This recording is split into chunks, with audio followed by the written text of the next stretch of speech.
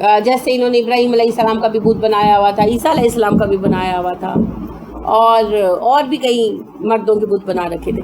لیکن زیادہ یہ جو جن کو پوچھتے جیسے لات, منات, عزا, نائلہ, یہ سب خواتین تھیں. تو حقیقی تھی یا نہیں تھی, لیکن عورتوں کے بت تھے, انہوں نے بنائی ہوئی تھی. تو اللہ رب کریم نے کہا یہ کہ ان کو پوچھتے ہیں, اناسن مونس کے معنی میں نہیں آیا, دیویوں کو پوچھتے ہیں. کس کو چھوڑ کر؟ اللہ کو. وائن نہیں یا دونا, وہ پکارتے اللہ مگر شیطان کو, مریدن سرکش کو, لعنہ لعنت کی اسے اللہ. یہ دیویوں کو نہیں پوچھتے, اصل میں یہ پکارتے ہیں اس شیطان کو جو سرکش اور اللہ نے اسے لعنت کر رکھی. ٹھیک ہے, اب یہاں پر آپ دیکھیے اللہ بتا کیا رہے ہیں. ایک مومن جو ایمان لانے کے بعد اپنے خلاف کوئی ایک فیصلہ پا کر مسلمانوں کو چھوڑ کر منافقوں کے ساتھ مل گیا, مشرکوں کے ساتھ مل گیا, اللہ کہہ رہے ہیں تم مسلمانوں کی جماعت چھوڑ کر ان میں جا رہے ہو جو اللہ کو چھوڑ کر شیطان کی سرپرستی قبول کیے ہوئے ہیں, صرف اس لیے کہ ایک قانون تمہاری مرضی کے مطابق نہیں ہے, تمہاری ایک غلطی کی سزا تمہیں مل رہی ہے. غلطی بھی تمہاری, قصہ اسی کا ہے نا, تاما کا یا بشیر بن بیرک کا. تو اس کو ماڈل بنا کر چلا جا رہا ہے کہ ایک نقصان کی خاطر یا ایک فائدے کی خاطر تم جماعت کو چھوڑ کر الگ ہو رہے ہو, صرف اس لیے کہ تمہارا ایک مقصد پورا نہیں ہو رہا, اور تم یہ نہیں دیکھ رہے کہ جن کے ساتھ تم جا رہے ہو وہ کتنے لو گریڈ لوگ ہیں. ان کا ذہنی لیول یہ ہے کہ اللہ کو چھوڑ کر وہ خیالی دیویوں کو پوجتے ہیں, اور در حقیقت وہ شیطان کو پوجتے ہیں. کیونکہ شیطان کو براہ راست پوجنے والے دنیا میں اکا دکا لوگ ہیں. ان کو ہندو بھی نہیں اچھا مانتے شیطان کی پجاریوں کو. ویسے شیطان پرستی تھوڑی بہت ہوئی, لوگوں نے سمجھا, بگڑے ہوئے بیکار ذہن کے لوگوں نے, کہ شاید شیطان کی پوجا کرنے سے کچھ جادو کی قوتیں مل جائیں گی. تو کبھی کبھار کوئی ایسا آ جاتا ہے. امریکہ میں تو اب ایک ٹیمپل بھی بن گیا ہے شیطان کی پوجا کا, کیونکہ وہاں مذہبی آزادی انہوں نے دی, تو عیسائیت کے بھی خلاف ہے لیکن بہرحال بنا ہوا. تو شیطان کی اس طرح پوجا کہ شیطان کو خدا بنا کر پوجنا بہت ریئر پیمانے پر اکا دکا چوری چھپے کبھی کبھار ہوتا ہے. یہاں وہ مراد نہیں ہے, یہاں مراد ہے شیطان کی سرپرستی کو قبول کر کے شیطان کے راستے پر چلنا. مرید رد سے ہے, ٹھیک ہے, لوٹا دینا. ٹھیک, تو مرید کا مطلب ہوتا ہے اڑ جانے والا, اٹک جانے والا, یعنی اپنی بات کے اوپر اڑ کر سرکشی اختیار کرنے والا, یعنی اپنی بات کی خاطر لڑ پڑنے والا.